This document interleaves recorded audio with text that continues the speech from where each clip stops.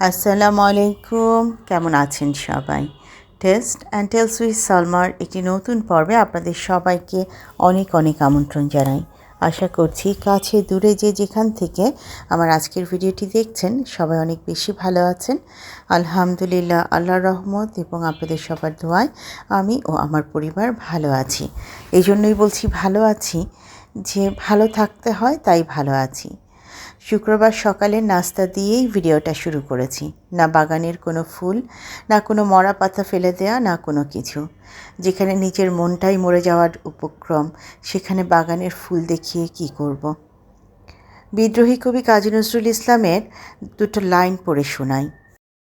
যখন তুমি এসেছিলে ভবে, কেঁদেছিলে তুমি, হেসেছিল সবে। এমন জীবন তুমি করিবে গঠন, মরণে হাসিবে তুমি, কাঁদিবে ভুবন। আজকে যখন আমি এই ভিডিওতে ভয়েস দিচ্ছি, হাদি তখন হাসতে হাসতেই তার কবরের দিকে যাচ্ছে, আর আমরা সবাই তাকে কাঁদতে কাঁদতে বিদায় দিচ্ছি। আমি কোনো রাজনৈতিক মতাদর্শে বিশ্বাসী কিংবা তাকে ফলো করে মেনটেন করে চলার মানুষ নই। আমি আমার মতন করে ভাবতে ভালোবাসি। কিন্তু সত্যি হাদির মতন একজন দেশপ্রেমিক মানুষকে হারিয়ে আজকে আমার ভিতরটাও কষ্টে জ্বলে পড়ে যাচ্ছে। সত্যি হাদিরা খুব অল্প পরিমাণেই জন্মায়। আমরা যাদেরকে হারিয়েছি তারা সত্যিকারের সূর্য সন্তান এই দেশের জন্য। ৭১-এর বীর মুক্তিযোদ্ধাদেরকে দেখতে না পারলেও আবরার, মুগ্ধ, হাদি, আবু সাঈদ এদের মতো ছোট ভাইদেরকে নিজের চোখে দেখতে পারার সৌভাগ্যই বা কম কি। তবে দুর্ভাগ্য, তাদের কাউকেই আমরা ধরে রাখতে পারিনি। সেই জন্য আমি প্রত্যেকের জন্য আপনাদের সবার কাছে দোয়া চাইছি। ওরা আমাদের রক্তের কেউ না, কিন্তু ওরা আমাদের আত্মার অনেক বড় অংশে জুড়ে আছে। আপনাদের সাথে গল্প করতে করতে শুক্রবার সকালে নাস্তার অংশটুকু গুছিয়ে নিচ্ছি। আজকে ডাক্তার সাহেব আর আমরা দুজন মিলে চাপড়ি এবং চা খাবো। আর দুই মেয়ের আবদার ছিল, রাতেই করে রেখেছিল যে মা একটু প্যানকেক বানাবে। অনেকদিন প্যানকেক খাই না, তো ওদের জন্য একদিকে আবার একটু প্যানকেক রেডি করছি। একটা কলা, একটা ডিম, একটু দুধ এবং অল্প একটু ফ্লাওয়ার, সব কিছু একসাথে করে ভালো করে মিক্স করে নিয়ে তারপর আমি প্যানকেকটা বানাবো। দু চুলায় দুটো ফ্রাই প্যান রেডি করেছি। একদিকে হচ্ছে আমার আর ডাক্তার সাহেবের জন্য চটজলদি চাপড়ি, আর অন্যদিকে ফ্রাই প্যানটা হিট হচ্ছে, ওটাতে একটু বাটার ঘষে নিয়ে এই যে আমার মেয়েদের জন্য যে আমি প্যানকেকের ডোটা তৈরি করছি সেটা দিয়ে দেব। ঠিক ডো না, এটাকে কি বলবো, একটা কনসিস্টেন্সি তৈরি করছি, সেটাই আবার আমি ফ্রাই প্যানে দিয়ে ছোটো ছোটো করে প্যানকেক তৈরি করে নেব। এই প্যানকেকটা ওরা বেশি খেত ভুটানে থাকতে, দেশে এসে তেমন একটা খাওয়ানো হয়নি। তো অনেকদিন পর তারা আবদার করেছে যে মা, আমাদের আসলে রুটি পরোটা খেতে বেশি একটা ভালো লাগছে না। তো তাদের সেই আবদার থেকেই প্যানকেক তৈরি করা শুরু করলাম। অল্প একটু বাটার ব্রাশ করে নিয়েছি, ব্যাস এবার চামচে ঢেলে ঢেলে দিচ্ছি। ওই প্যানকেকটা আর চাপড়ি দুটো আমার কাছে একই মনে হয়, একটা মিষ্টি একটা ঝাল, মানে পয়সার এপিঠ ওপিঠ। তো এই যে গল্প করতে করতে এদিকে প্যানকেকগুলো মোটামুটি হয়ে গিয়েছে, জাস্ট তুলে নিচ্ছি। আর আমি বাড়ির লোকজনদেরকে ডাকাডাকি করে এসেছি যে তোমরা উঠে পড়ো, এখন নাস্তা খাবে। নাস্তা দিতে দিতে অনেকটা বেলা হয়ে গেছে। যখন নাস্তা টেবিলে দিয়েছি তখন কিন্তু 10টা 5-7 বেজে গিয়েছে। ছোটো দিনের বেলায় সকাল 10টায় নাস্তা খেতে বসে আরামায়েশ করে চা খেয়ে তারপর সংসারের অন্যান্য কাজ শেষ করে টাইম মতন দুপুরে খাবার দেওয়াটা বিশাল বড় চ্যালেঞ্জ। তবে আজকে কিন্তু চ্যালেঞ্জে জিতে গিয়েছি, সময় মতন সব কাজ শেষও করতে পেরেছি। মোটামুটি নাস্তার টেবিলে যার যেটা প্রয়োজন সব রেডি করে নিজের জন্য একটু নাস্তা নিয়ে সোজা চলে এসেছি বারান্দায়। ওই যে দুটো ফুল ফুটেছিল, মরে প্রায় ঝরে যাবার দশা। আজকে রোদ লাগাতে লাগাতে তারপর নাস্তা খাবো। ভিটামিন ডি এবং নাস্তার যৌথ প্রযোজনায় একসাথে চলবে। যতই দুষ্টুমি করে কথা বলি না কেন, মনটা কিন্তু বড্ড বেশি খারাপ হয়ে আছে। আমি কোনো কাজেই নিজেকে ঠিক মতন কনসেন্ট্রেট করতে পারছি না। সারাক্ষণ এক ধরনের বিষণ্ণতা গ্রাস করে চলছে। এটা আমার পার্সোনাল সমস্যা। এই সমস্যা হয়তো অনেকেরই হয় না, কিন্তু আমার হয়। এই ধরনের কোনো মৃত্যু দেখলে আমার প্রতিনিয়ত মনে হয়, এত কাছে মৃত্যু নিয়ে কিসের এত বড়াই, কিসের এত সংসারে নিজেকে ইম্পর্ট্যান্স মনে করা, যেখানে আমি নিজেও জানি না কোথায় আমার মৃত্যু। যেখানে আমার নিজের মৃত্যুর জন্য কোনো প্রস্তুতি নেই, আমি নিজেকে তৈরি করে গুছিয়ে উঠতে পারিনি, সেখানে কত প্ল্যানিং, কত কিছু করে চলছি আমরা প্রতিনিয়ত। এত হাস্যকর মনে হচ্ছে জীবনটাকে এখন, যে কত কিছু প্ল্যান করে চলি, অথচ আমি জানি না আমার মৃত্যুর পরবর্তী অংশটা কী হবে। জীবনে কখনো কোনো কিছু আটকে থাকে না, সব কিছুই বহমান সময়ের সাথে তাল মিলিয়ে এগিয়ে যায়। আমি না থাকলেও এই সমস্ত পৃথিবীটা এরকমভাবেই এগিয়ে যাবে, কিন্তু আমি যদি খালি হাতে, শূন্য হাতে তার সামনে গিয়ে দাঁড়াই, আমার তো ফিরে আসার কোনো পথ নেই। আমি কোন মুখে কী নিয়ে দাঁড়াবো তার সামনে? আজকাল এই ভাবনাটা বড্ড বেশি কাতর করে দিচ্ছে আমাকে। বাহিরে যেহেতু খুব সুন্দর রোদ উঠেছে, বেশি একটা দেরি না করে সোজা এসে ওয়াশিং মেশিনটা স্টার্ট করে দিলাম। একদিকে কাপড়গুলো ধোয়া হয়ে যাক, অন্যদিকে আমি অন্য কাজগুলো গোছাই। ২ ডজন ডিম কিনে এনেছিলাম চালডাল থেকে। ওখানে একটা অফার চলছে। ৳১০৯ এবং ৳১১৯। ডিমগুলোকে খুব ভালো করে ধুয়ে পানি ঝরিয়ে নিয়ে এখন ডিম রাখার বক্সের মধ্যে রেখে ফ্রিজে তুলে রাখবো। আসলে প্রত্যেক দিনই এটা সেটা করে বিভিন্ন রকমের কাজ করতে হয়। কোনো কাজকে দেখা যায় একটুখানি ক্লিপ রেখে দেই, আবার কোনো কাজের কথা বেমালুম ভুলে বসে থাকি।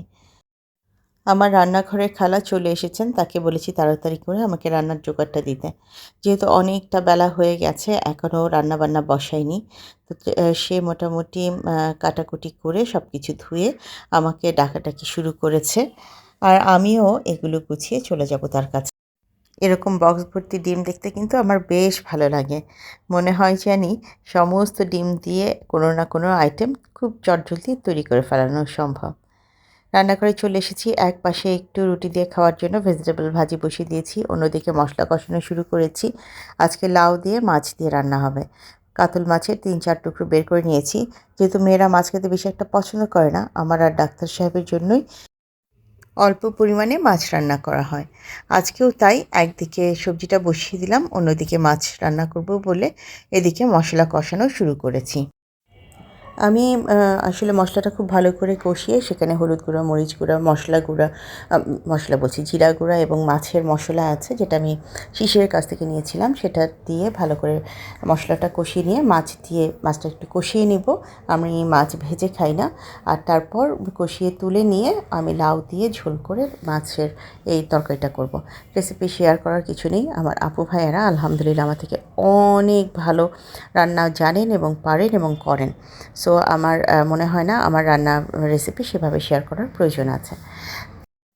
আজকে আমার ২-১টা জীবনবোধ নিয়ে আমি আপনাদের সাথে কথা বলব। আমার কাছে মনে হয় জীবনে উম একটা অংশ পর্যন্ত অর্থের প্রয়োজন আছে। যে আমি ভালো থাকবো, ভালো খাবো, ভালো পড়বো, দান খয়রাত করবো, বেড়াবো, আল্লাহর এই বড় পৃথিবীটাকে অল্প হলেও দেখবো, জানবো, জ্ঞান চর্চা করবো। এর জন্য অর্থের প্রয়োজন আছে।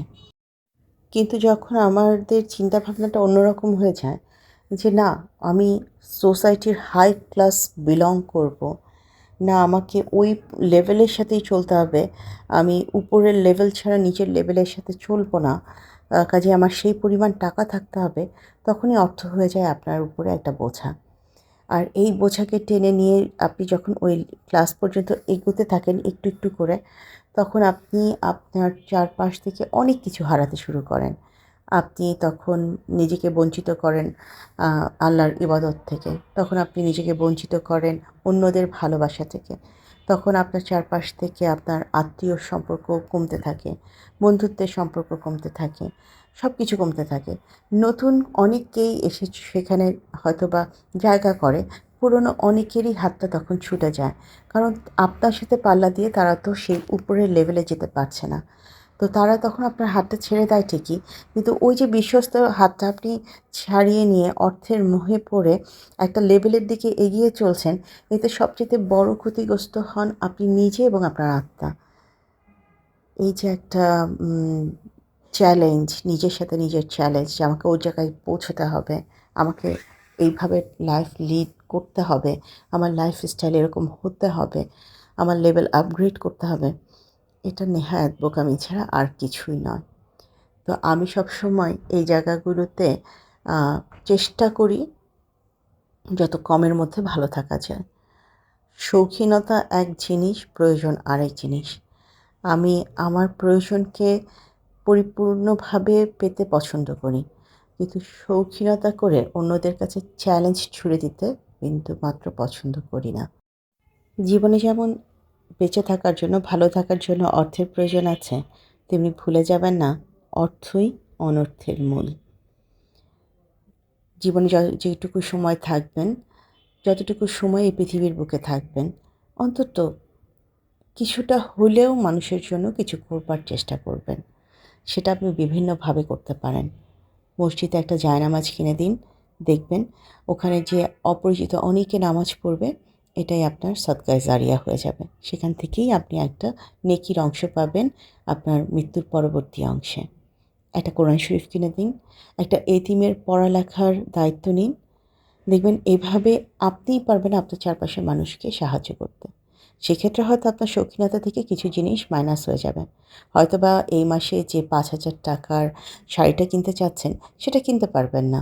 কিন্তু একটা এতিম বাচ্চার মান্থলি খরচ ৫,০০০, সেটা কিন্তু আপনি ঠিকই জুগিয়ে দিতে পারবেন। ওটা কিন্তু আপনার আখিরাতে একটা ভালো ফিক্সড ডিপোজিট হয়ে যেতে পারে। আমি জানি আমার আজকের কথাগুলো অনেকের কাছে বোরিং, বিরক্তিকর, জ্ঞান ছেড়ে দিচ্ছি টাইপের মনে হবে। কিন্তু সত্যিই জ্ঞান দিচ্ছি। কেন দিচ্ছি জানেন?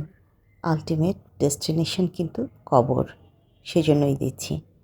আল্লাহ আমাদের সবাইকে বোঝার তৌফিক দান করুন। আমাদের সবাইকে হেদায়াত দিন।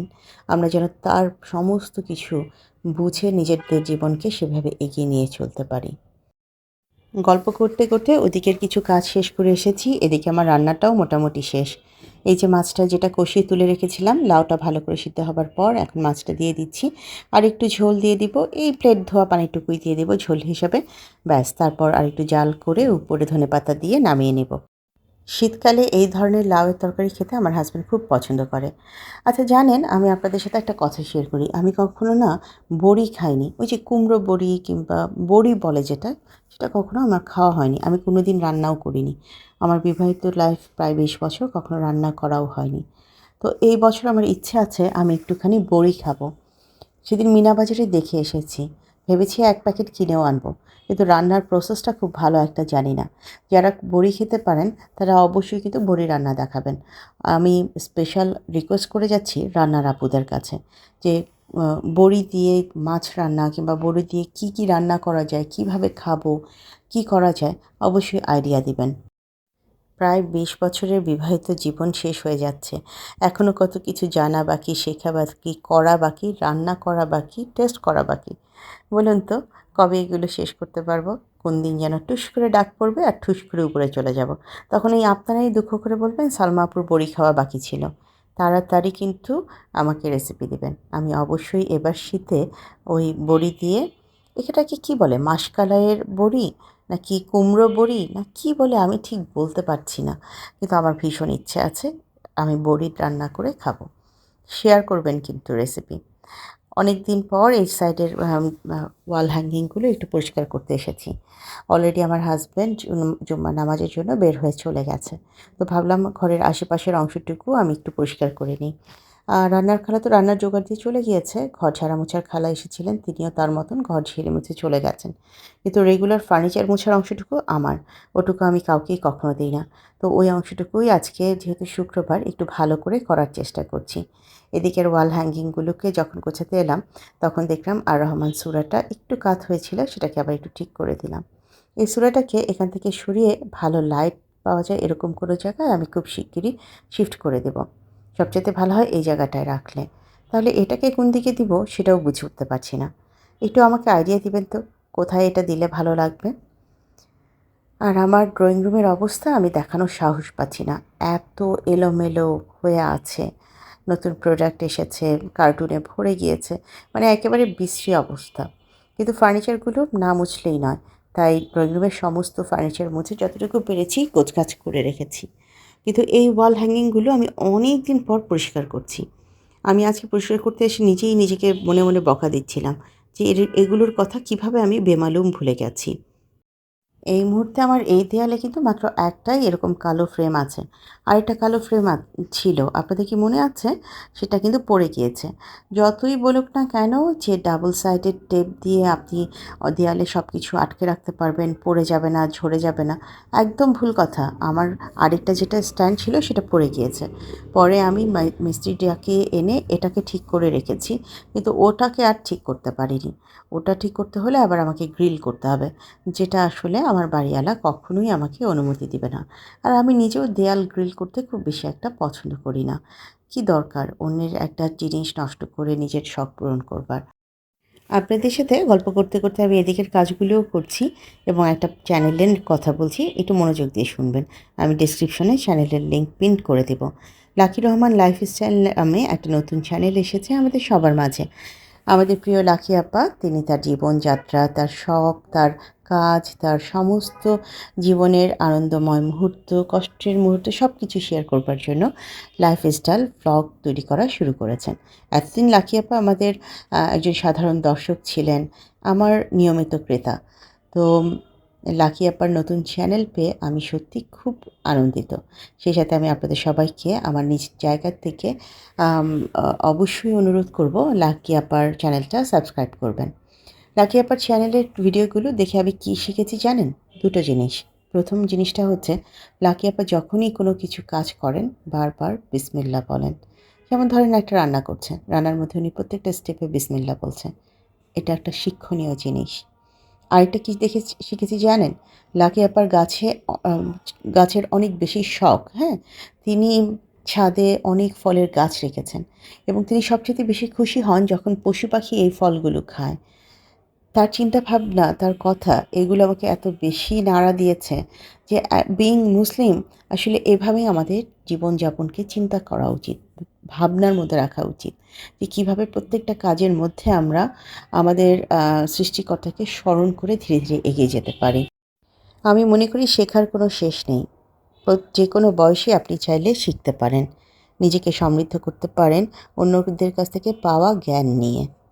আর এই যে সুন্দর সাদা ক্যাবিনেট কভারটা দেখছেন, এটা কিন্তু আমি গিফট হিসেবে পেয়েছি শিমুলের কাছ থেকে। ওয়্যার উইথ শিমুল থেকে সেদিন যে চাদরটা নিয়েছিলাম তার সাথে একটা গিফট এসেছিল। এই সুন্দর শুভ্র সাদা এই ক্যাবিনেট কভারটাই হচ্ছে সেই গিফট। আমার তো দারুণ লেগেছে গিফটটা। গাছের পাতা দুটো মরে গিয়েছে, তাই তুলে ফেলে দিলাম। এভাবেই জীবন থেকে সব শেষ হয়ে যাচ্ছে। কিন্তু আমার আর ইউনির ভালোবাসা শেষ হচ্ছে না। আজকে ইউনি ঠিক মাঝখানের জায়গাটা দখল করে মনের আনন্দে শটান শুয়ে আছে এবং আজ এই পর্যায় থেকে আমি এবং ইউনি আপনাদের সবার কাছ থেকে বিদায় চাইছি। আমাদের নতুন বন্ধু, পুরনো বন্ধু যে যেখান থেকে আমাদের দেখলেন, ভিডিওর কোনো একটি অংশ ভালো লেগে গেলে কাইন্ডলি লাইক, কমেন্ট, শেয়ার এবং সাবস্ক্রাইব করে আমাকে এগিয়ে যেতে সাহায্য করবেন। যারা প্রথমবারের মতন আমাকে দেখলেন, ভিডিওটি ভালো লেগে গেলে আমার বন্ধু হয়ে পাশে থেকে যেতে পারেন। আজ এই পর্যায় থেকে বিদায় নিচ্ছি। আল্লাহ হাফেজ এবং আসসালামু আলাইকুম।